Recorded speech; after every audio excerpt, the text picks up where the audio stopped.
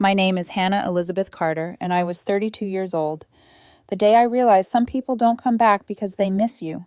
They come back because they miss what you became. I didn't know that yet, of course. At the time, I still believed in the soft lies we tell ourselves to survive.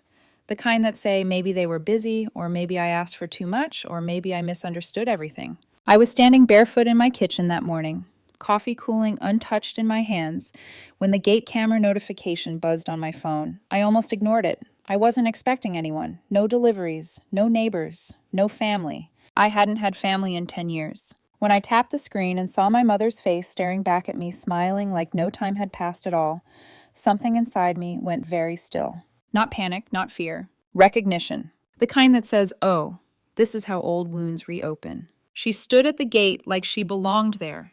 Hair perfectly styled, coat pressed. The same practiced smile she used to wear at church bake sales and PTA meetings. The one that said, look at me, I'm the good mother, even when no one was looking closely enough to know better.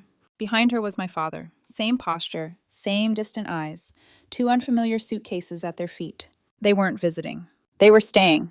My mother leaned closer to the camera and said brightly, Hannah, sweetheart, we were just driving through and thought we'd surprise you. She paused, then added the line that made my stomach tighten. We always knew you'd make it big. We're so proud of you. The coffee cup slipped from my fingers and shattered against the tile. I grew up in a small town where people liked to believe families were simple, where front lawns were trimmed, doors stayed unlocked, and the same diner waitress had been memorizing orders since before I was born. On paper, my family looked perfect. My father ran a contracting business, roof repairs, kitchen remodels.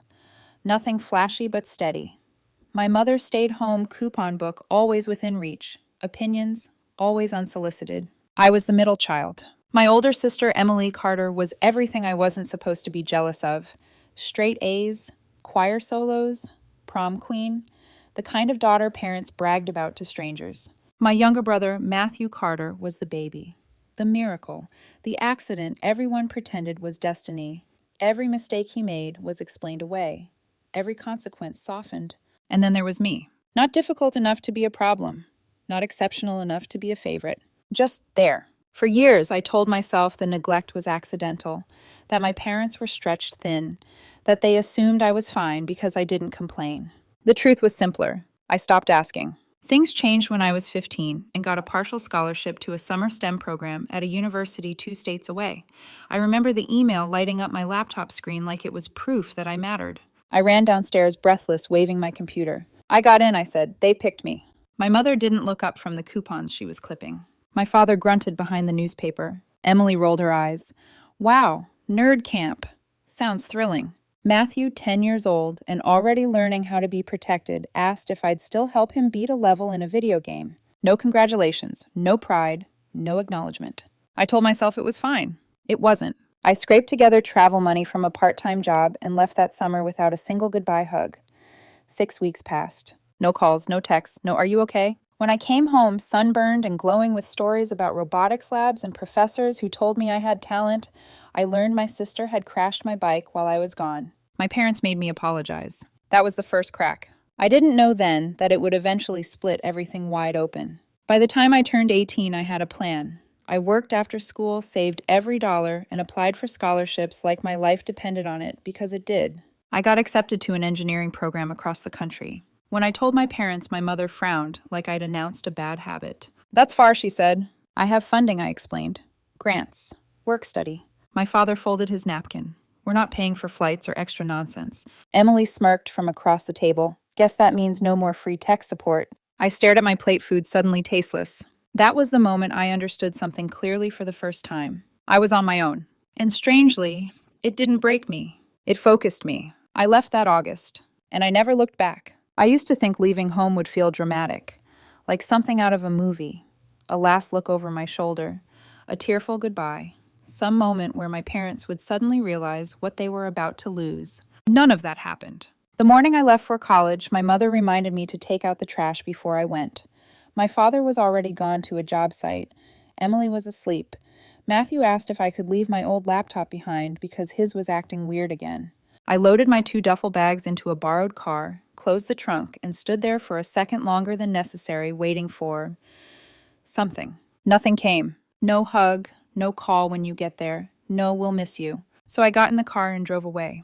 At 18, I learned a lesson that would take me years to fully understand. Sometimes people don't abandon you loudly. Sometimes they just let you go and never look back. College was nothing like the brochures. I wasn't the girl with the curated dorm room or the meal plan that covered late night cravings. I was the girl calculating how many days she could stretch a bag of rice.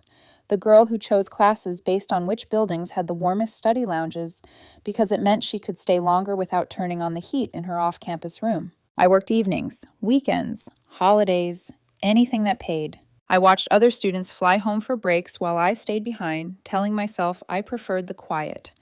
The truth was, I couldn't afford the plane ticket and no one was offering to help. I didn't call home much.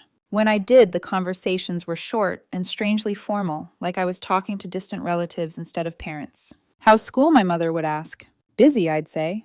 "That's good." And that was it. Emily would call occasionally, but only when she needed something. Help with a paper, fixing her laptop, advice she'd later take credit for. Matthew never called at all. I told myself it didn't hurt. It did. After graduation, reality hit hard. No job waiting, no safety net, no childhood bedroom to return to. I shared a cramped apartment with 3 roommates who felt like strangers even after months. One of them cooked raw meat in the microwave and left used cotton swabs on the counter. Another never paid utilities on time. I slept with my bedroom door locked, not because I was afraid of them, but because I needed something that was mine. I applied to over 100 jobs. Entry-level positions that wanted 5 years of experience, internships that paid in exposure, remote roles that turned out to be scams.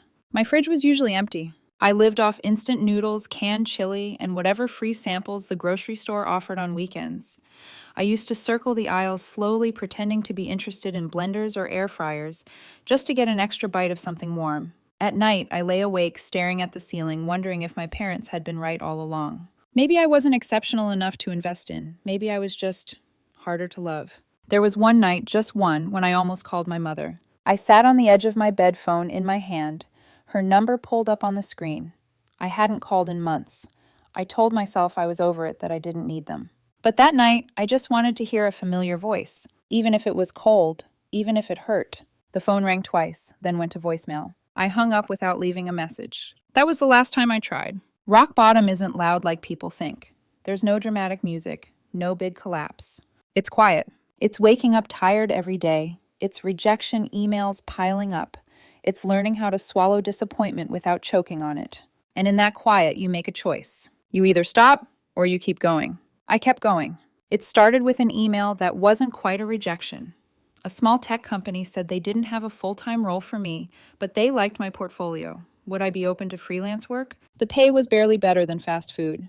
I said yes anyway. That job led to another, and then another. I stitched together small contracts like a scavenger hunt, fixing broken systems, cleaning up messy code, teaching myself new frameworks at 3 a.m. I worked 14-hour days. I cried in the shower. I doubted myself constantly. But slowly, so slowly, I almost missed it. Things started to change. A client introduced me to another client. A short-term project turned into a longer contract. Someone noticed that I didn't just fix problems, I anticipated them. A startup in Boston offered me a remote role optimizing their internal infrastructure. The pay wasn't great. The hours were brutal. The code base was a disaster. I took it anyway. That job taught me more than any class ever had. Not just about systems, but about people. About how companies grow too fast without thinking about what holds them together. About how fragile success really is. That's when the idea began forming. Not a flashy app, not something trendy, something necessary. I started offering back-end automation and infrastructure scaling as a service. Just me. A laptop, a lot of cold emails. I named it Apex Grid. At first, nothing happened. Then one client replied, then another, then 5 more. Within a year, I was making more money than I ever thought possible, not millions, but enough to breathe. Enough to move out of that apartment. Enough to pay down debt. Enough to look in the mirror and not feel like a failure. I hired my first developer, then another, then a project manager. We grew quietly. And somewhere in the middle of all that, between deadlines and late nights and learning how to say no, I met Daniel Reed. He was consulting for a health tech company we'd just signed. He wasn't loud or flashy. He didn't try to dominate the room. He just noticed things, called out a flaw in a workflow no one else had caught, offered solutions without needing credit, listened more than he spoke. We started working together. Work turned into dinners. Dinners turned into long walks. And one quiet Sunday afternoon, I realized something that scared me more than failure ever had. I didn't feel alone anymore. And for the first time in my life, I wasn't afraid of being seen. I didn't tell Daniel about my family at first. Not because I was hiding anything, but because it didn't feel relevant anymore. For so long, my life had been shaped by what they withheld attention, support. Belief that I'd learned to define myself without them. Talking about my parents felt like dragging ghosts into a room that had finally learned how to breathe. Daniel never pushed. He didn't ask why no one ever called. He didn't ask why holidays were quiet. He didn't try to fill the silence with advice. He just stayed. That alone told me more about him than any grand gesture ever could. As Apex Grid grew, so did the space between the woman I was becoming and the girl my family had left behind. At 27, I co-founded the company formally. At 29, we were acquired by a major firm in the industry. The number attached to that deal didn't feel real even as I signed the papers. I remember sitting in my car afterward, hands on the steering wheel, staring straight ahead, thinking, this is the part where someone calls their parents. I didn't. Instead, I drove home and cooked dinner with Daniel. We opened a bottle of cheap wine. We laughed about how absurdly anticlimactic success could feel. A year later, we bought the house. 6 bedrooms, gated community, smart everything. The kind of place that would have impressed my parents if they'd ever bothered to visit. Daniel wanted a vegetable garden. I wanted a home office that didn't double as a bedroom. We got both. Life settled into something steady. Mornings with coffee on the back patio. Workdays that felt challenging instead of punishing. Evenings where silence wasn't lonely, it was peaceful. I stopped checking my phone for messages that would never come. 10 years passed without a word from my family. No birthday cards, no congratulations, no apologies. I wasn't surprised. After college, I'd tried a few times. A text when I got my first real job. A Christmas card when I moved into my first apartment. A voicemail when I heard Matthew had gotten into trouble with the law, just asking if he was okay. Nothing. Eventually, I understood the message. I deleted their numbers. I told myself I was fine without them. And mostly I was. But there's a wound that neglect leaves behind that never fully heals. It just scars over. You get used to the tightness, the occasional ache, until someone presses on it. The morning my gate camera lit up, I felt that scar tear open. I stood in the kitchen in my pajamas, coffee shattered on the floor, watching my parents on the screen like they were strangers. Daniel came up behind me, concern already etched into his face. What happened? I handed him the phone without a word. He watched silently as my mother smiled into the camera, as my father shifted behind her, as the suitcases sat like punctuation marks at the end of a sentence they hadn't bothered to write for 10 years. Do you want me to handle it? He asked gently. I shook my head. No, I said, I need to. I tapped the audio button. Hannah, my mother said brightly. Sweetheart. I didn't respond. We were just driving through, she continued. Thought we'd surprise you. Daniel's hand brushed mine, grounding steady. I pressed the gate open. Watching the iron doors swing wide felt surreal, like opening something I'd spent years sealing shut.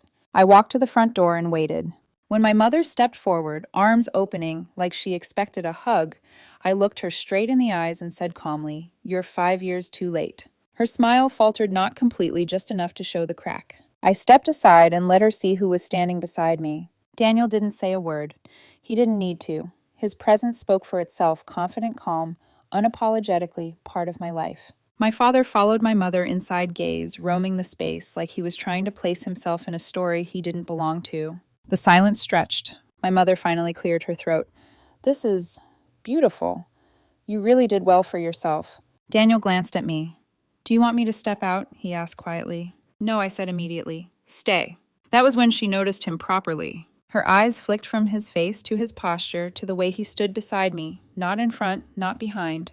Who is this? She asked. This, I said, is Daniel, my partner. Her expression shifted, subtle but unmistakable, the old calculation resurfacing. Oh, she said. Well, he seems nice. Then, without missing a beat, she added, Is he your assistant? I almost laughed. No, I said evenly. He runs his own consulting firm. The flicker of disappointment behind her eyes told me everything I needed to know. She hadn't come to see me. She'd come to assess the asset. And as my father wandered toward the living room like he was shopping for context, I felt something settle in my chest. Not anger, not sadness. Clarity. Because whatever this visit was about, I already knew one thing for sure. It wasn't love. My parents sat on the edge of my living room couch like they weren't sure it was real, like the fabric might disappear if they leaned too hard. My mother smoothed her coat over her knees, eyes darting from the high ceilings to the clean lines of the space, cataloging everything, the way she always had, measuring value, not warmth. I didn't sit. I stood near the kitchen island, arms crossed, watching them, the way I would strangers who'd wandered into the wrong house. So my mother said, forcing a small laugh, "This place, it's impressive." Daniel stayed close, not touching me, but present. A quiet wall at my side. "Why are you here?" I asked. Her smile wavered. "We just wanted to talk. Reconnect. It's been a long time." 10 years, I said. My father cleared his throat. "You know how life gets." I tilted my head. "I do. That's why I find it interesting you never found time to send a text." My mother's shoulders stiffened. "We didn't want to intrude. You made it very clear you needed space." "That's not true," I said calmly. "I called. I wrote. I left voicemails for 3 years." Silence. My father looked down at his hands. My mother recovered quickly. She always did. "Well, maybe we all made mistakes. The important thing is we're here now, ready to move forward."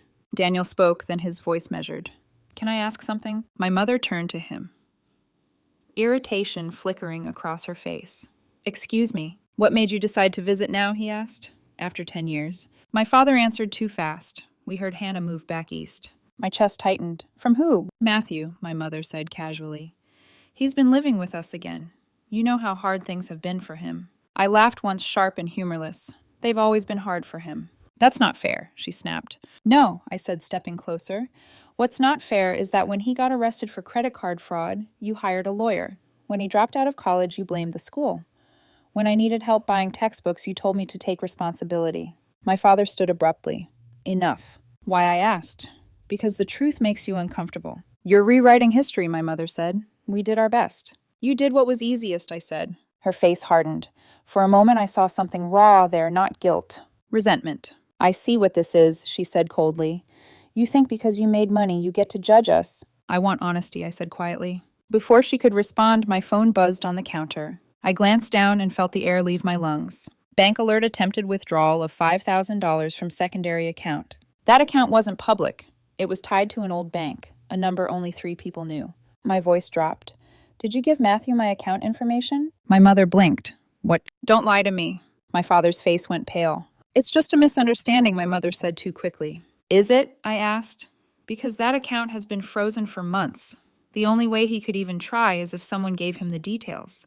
Silence. Daniel's jaw tightened, but he didn't speak. "You came here because you thought I'd save him," I said slowly. "Because you thought I'd pay." My mother's lips parted. "We're family." "No," I said, "you're not." I walked to the front door and opened it. "You need to leave." Her voice cracked. "Hannah, don't do this."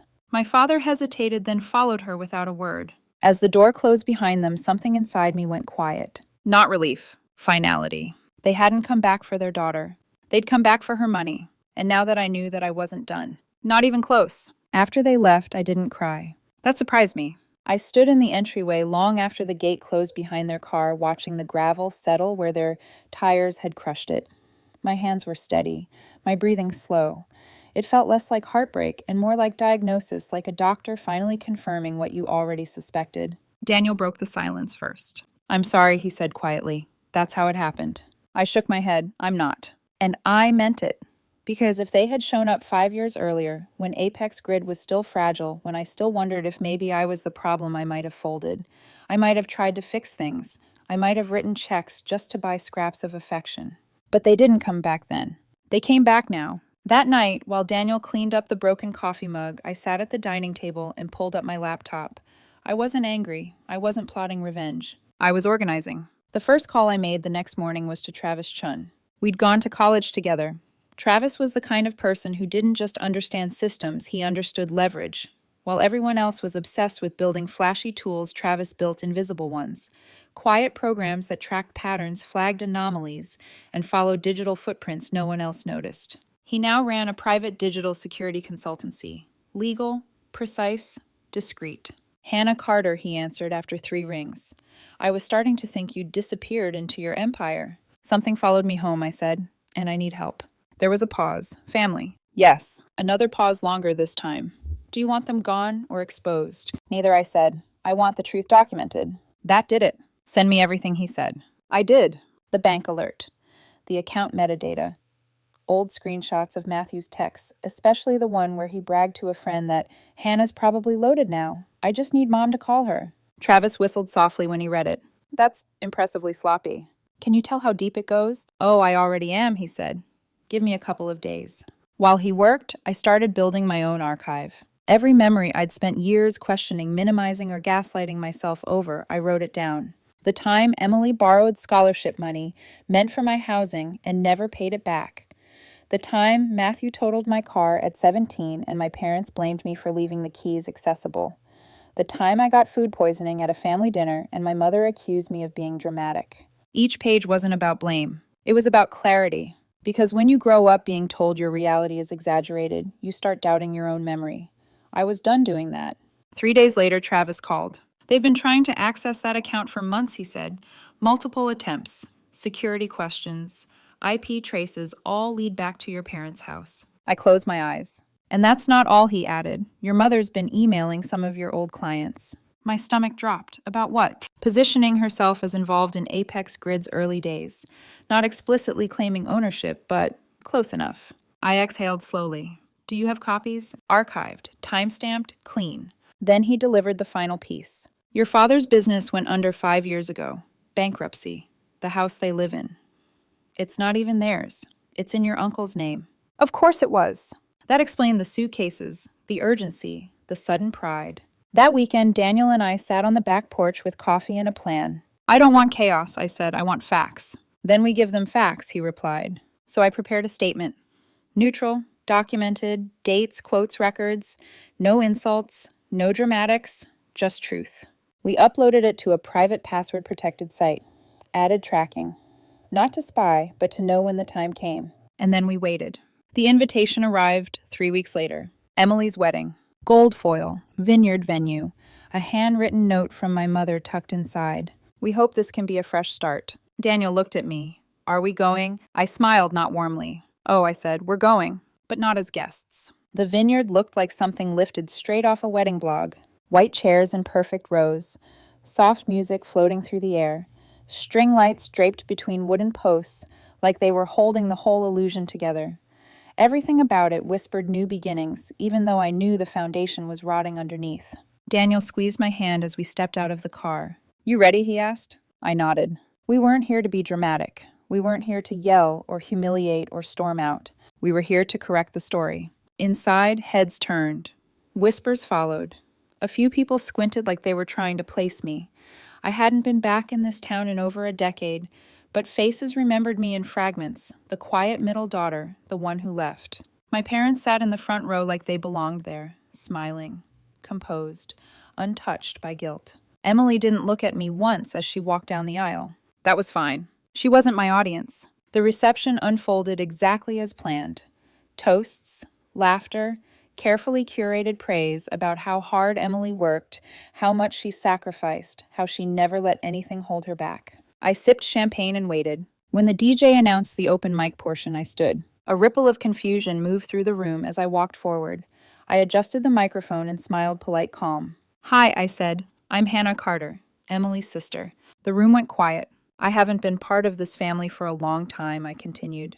So I thought I'd take a moment to reintroduce myself. Daniel moved subtly to the back ready. I left home at 18 with 2 bags and a scholarship. No financial support. No safety net. I paused, letting the truth breathe. While my sister received a car for graduation, I was blamed when mine was totaled. While my brother's legal fees were covered, I worked night shifts to afford textbooks. Gasps murmured through the crowd. 10 years passed without contact. And then 3 weeks ago, my parents showed up at my home, told me how proud they were. I looked directly at my mother. And the very next day, someone attempted to withdraw $5,000 from one of my bank accounts. Daniel stepped forward and handed me the remote. The screen behind us lit up, not with wedding photos, but with timelines, emails, screenshots, IP traces, text messages from Matthew bragging about manipulating our parents into contacting me. This isn't revenge, I said. It's documentation. Emily stood suddenly. Turn it off. I didn't. The final slide appeared my mother's handwriting on the wedding invitation. You owe us. Below it, my response. No, I don't. I set the microphone down. Daniel met me halfway. We walked out together, hands linked, before the room could recover. In the car, he let out a breath he'd been holding. You didn't burn the bridge, he said.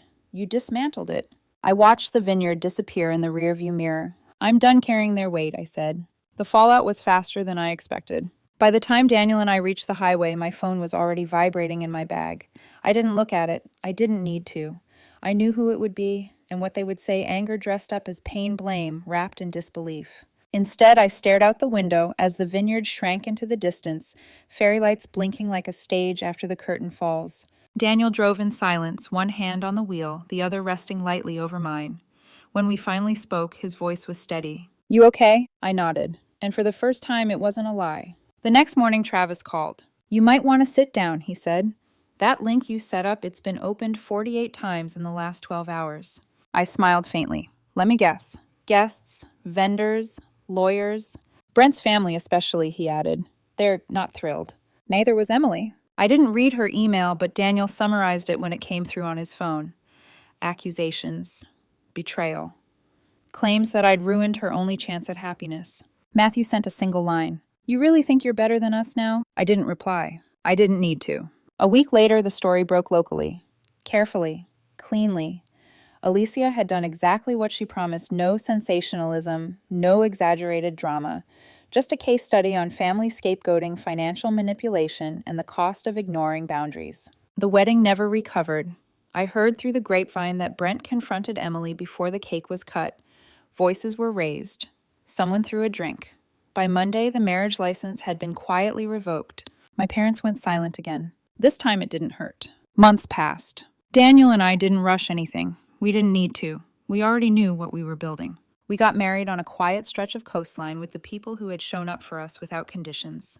No speeches, no performances, just laughter, wind, and bare feet in the sand. As the sun dipped below the horizon, Daniel wrapped an arm around me, and I felt something settle deep in my chest. Peace. Not the kind that comes from winning. Not the kind that comes from revenge. The kind that comes from finally choosing yourself. I used to believe family was something you endured, something you carried even when it hurt, even when it cost you pieces of yourself. I don't believe that anymore. Family is who stands with you when there's nothing to gain. Love is who listens without trying to rewrite your story. And freedom is realizing you don't owe your past your future. My mother once said, "You owe us." She was wrong. I owed myself the life I chose, and I finally took it.